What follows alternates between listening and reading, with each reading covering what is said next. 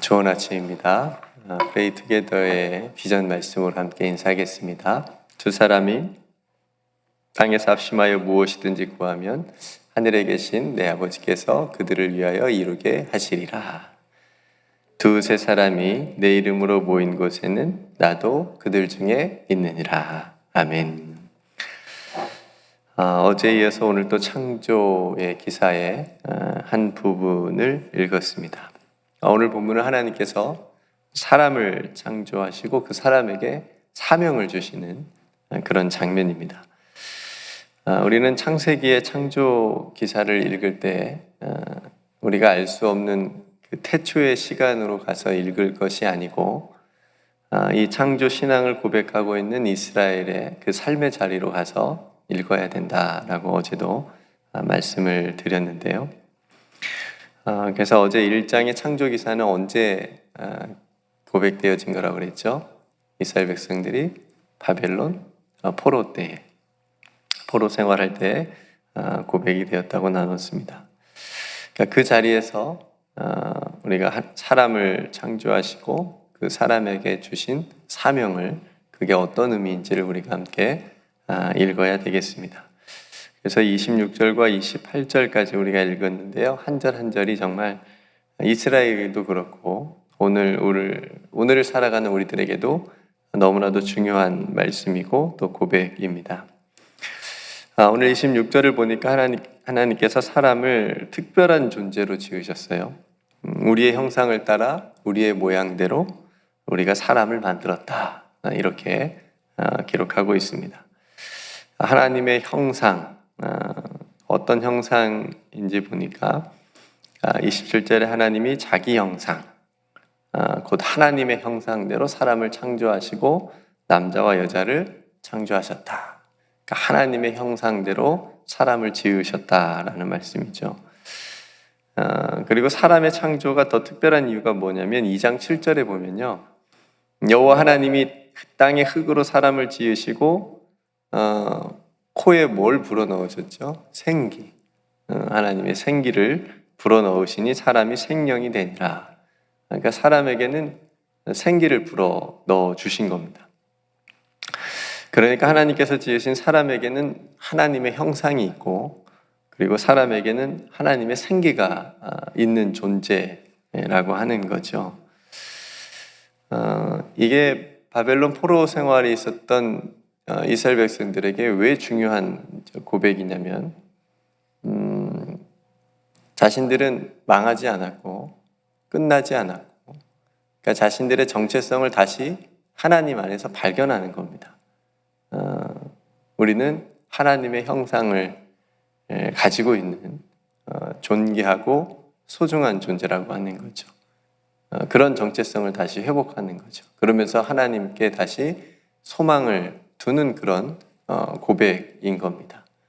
그러니까 나라를 빼앗기고 땅을 잃어버리고 비록 포로 생활 가운데 있지만, 그래서 자포자기 하는 것이 아니고 다시 창조, 하나님께서 자신들을 창조하셨다라고 하는 하나님의 형상이 있다, 하나님의 생기가 우리 가운데 있다라고 하는 그런 고백을 통해서 다시 한번 하나님께 소망을 두며 희망을 갖는 그런 믿음의 고백인 거죠.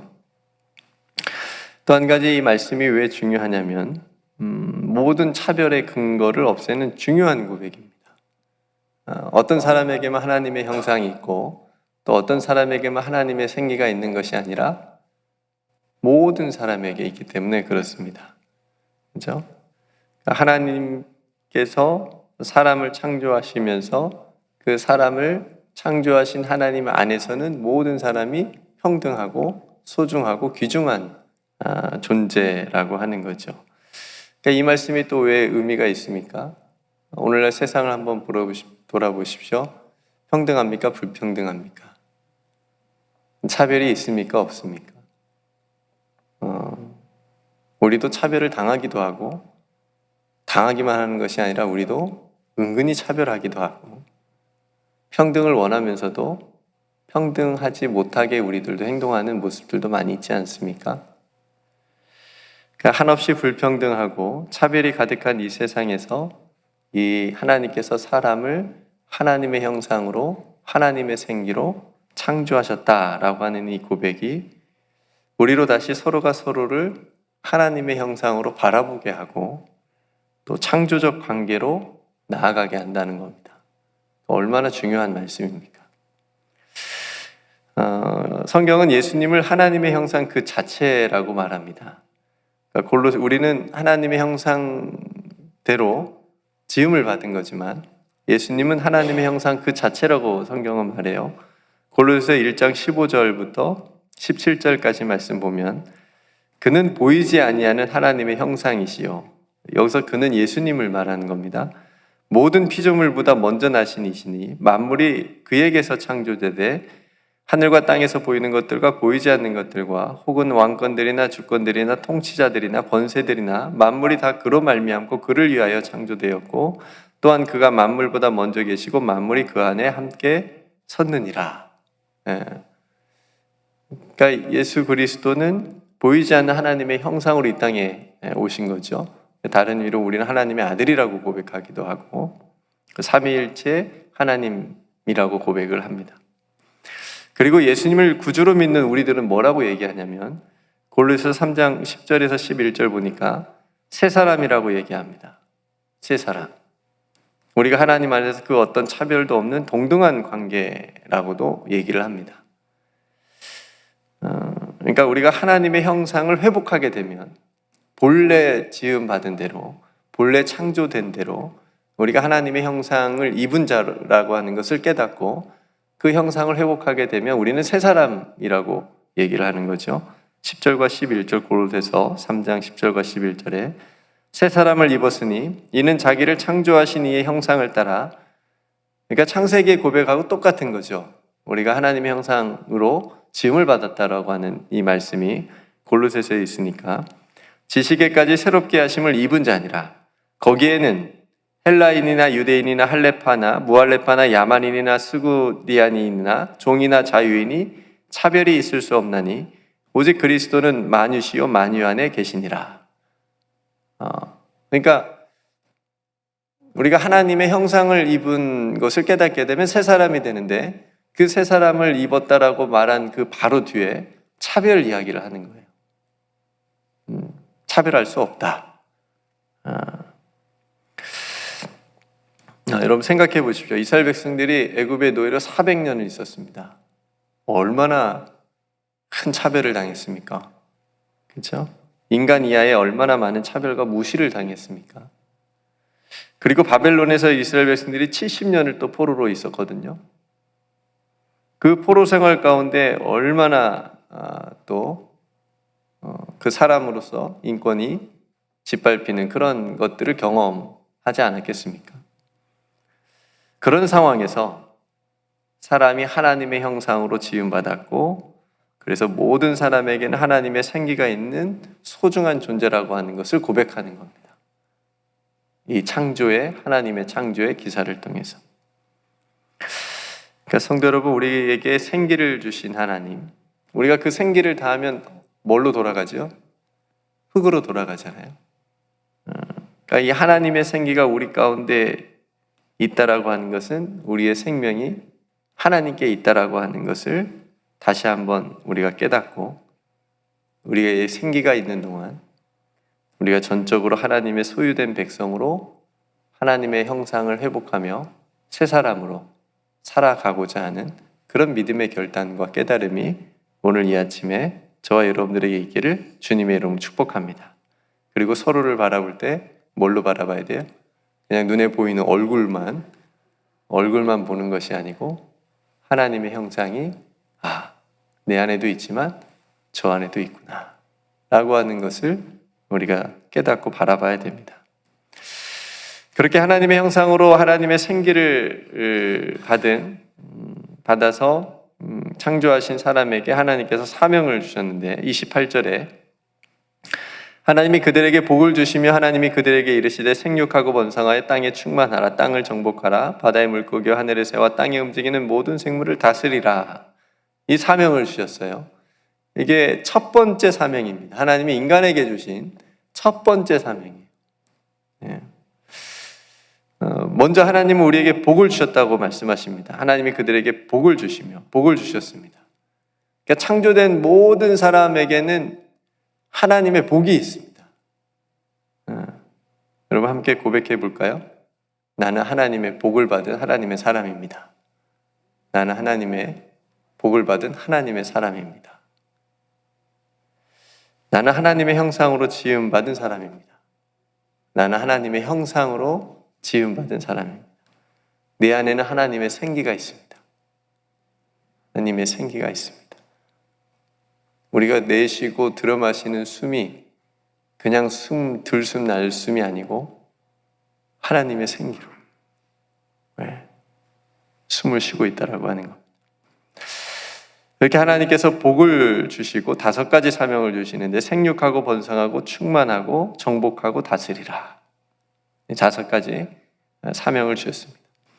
여러분 생각해 보면 모두 승자의 언어예요. 그죠? 이겨야 생육하고 번성할 거 아닙니까?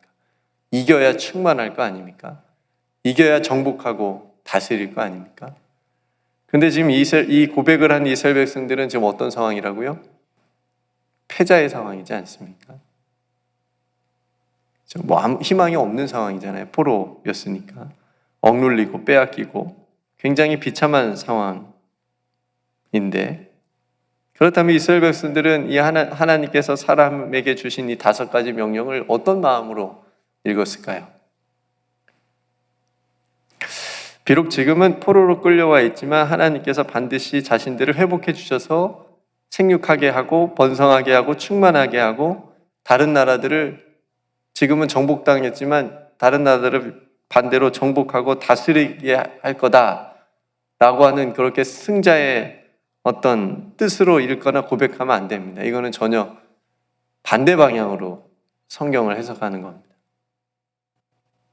하나님은 그런 하나님도 아닐 뿐더러 이스라엘 백성들도 그렇게 고백하지는 않았습니다. 만약 그렇게 돼버리면 이 고백은 어떻게 되냐면 제2의 십자군 전쟁의 명분이 됩니다. 우리가 하나님의 이름으로 정복할 거야. 다스릴 거야. 너희들을 다스려야 돼. 엄청 학살했잖아요. 다시 학살하고 차별하게 되는 명분이 되는 겁니다. 그러니까 그렇게 이 말씀을 읽으면 안 됩니다. 이 고백은 오히려 그 반대여야 됩니다.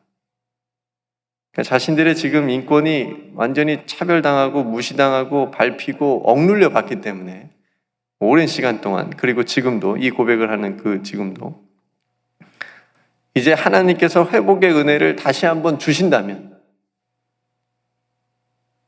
하나님의 도우심으로 더 이상 자신의 자손들이 황폐해지거나 해를 입지 않고 하나님 안에서 생육하고 번성하겠다고 하는 것. 그러니까 하나님의 약속을 이어가겠다라고 하는 것. 그러니까 지금 바벨론의 그 삶의 자리에서 창조를 봐야 되는 겁니다. 창조에서 이렇게 보는 게 아니고 이렇게 거꾸로 봐야 됩니다. 그래야 이해가 되는 겁니다.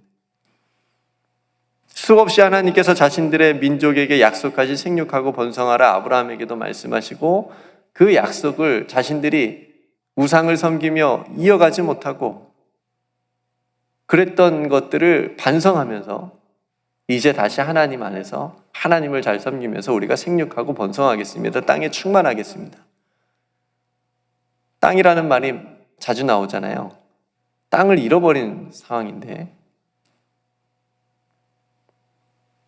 나라를 빼앗기고 더 이상 땅을 잃어버리지 않고 방황하지 않고 우상 섬기지 않고 하나님을 섬기면서 땅에 충만하겠습니다 라고 하는 그런 고백입니다.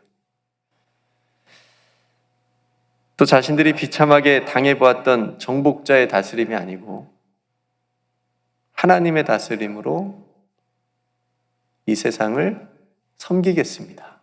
다스린다라고 하는 건 섬긴다는 의미도 있습니다. 그렇죠? 그런 신앙 고백이 이 5가지 사명 안에 담겨 있는 겁니다.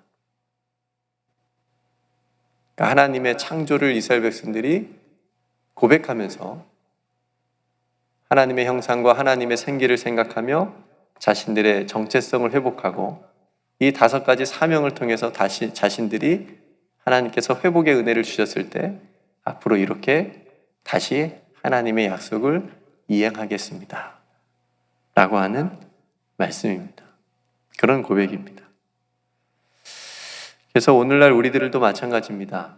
우리들도 동일하게 예수님을 구주로 믿고 하나님의 자녀로 살아가는 우리들도 하나님의 뜻과 방법으로 이 땅에서 생육하고 번성하고 충만하고 정복하고 다스려서 하나님이 보시기에 좋았더라 하셨던 그 첫 창조 세계처럼 이 땅에서 우리들의 삶의 자리들을 작은 하나님의 나라로 이루어가야 되는 의무와 책임이 있다라고 하는 것을 이 말씀을 통해서 우리가 다시 한번 깨달을 수 있기를 주님의 이름으로 간절히 소망합니다. 성도 여러분, 이 아침 하나님께서 다시 우리 안에 하나님의 형상을 회복하게 하시고 바라보게 하시는 줄로 믿습니다. 그래서 우리가 서로를 하나님의 형상으로 더욱 바라보게 하는 믿음의 눈이 되게 하시고 또 사람에게 주신 이 첫 번째 5가지 사명으로 인해서 어딘가 지금도 밟히고 억눌리고 차별당하고 또 전쟁과 폭력과 탐욕으로 얼룩진 어두워가는 우리가 하나님의 나라로 변화시켜서 나아갈 수 있는 하나님의 사람들, 하나님의 백성들이 다 되시기를 주님의 이름으로 축복합니다.